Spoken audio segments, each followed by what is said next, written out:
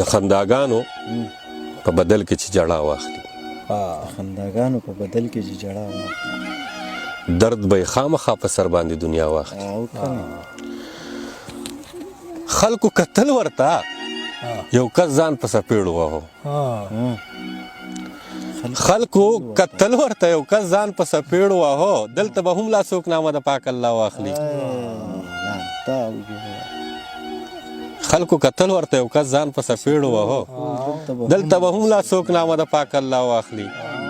د مایوسۍ په آخري حد کې داسې ویل یا دې رب تا واخلي او یا خو دې رب ما واخلي. او د دغه ذوق اندازه به سړی څنګه کوي؟